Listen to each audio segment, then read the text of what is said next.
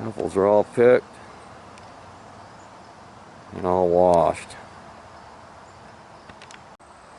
So you're going to need a press and a grinder to grind all your apples up with. And I've got a mixture of, I usually use about half and half Macintosh and Cortland apples. Sterilize your jars ahead of time and your lids. And this is your bath that will be ready, and I'll turn that on once I get the apple juice cooking.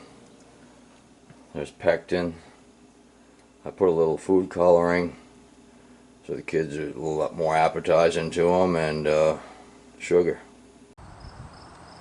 Okay, cut your apples, grind them into a bucket, and then put them into the press. Okay, now set up your press. Alright, we're ready for the juice now, and I got a measuring container underneath here to make it a little easier. I'm getting about 2 cups each time, so I'm going for 10 cups. There's 8 cups, so 2 more to go, and I'll just about use 2 crates of apples.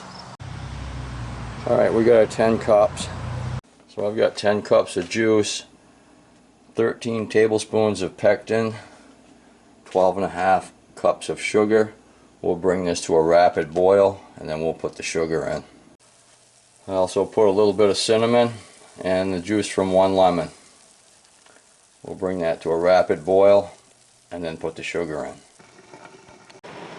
Okay, once that came from a first rolling hard boil, you just dump all that sugar right in there all at once and stir it in, and then we're gonna come to another hard boil. Nice rolling boil. Okay, now set your timer for 1 minute, and make sure you get your lids hot and your sterilized jars ready. So right after it was done cooking, you put it in the jars, put a hot cover on it, cap it, turn it on tight, and then put it in a bath, a couple inches on top of water, and bring it to a boil. Wipe the top of your jars before you put your hot lids on, and ladle them right in there as soon as it's done.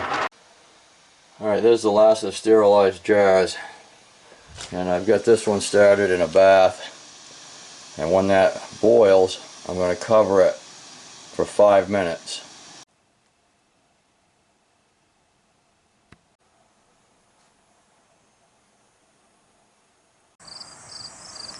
Now I'll finish washing these up here, and that'll be it.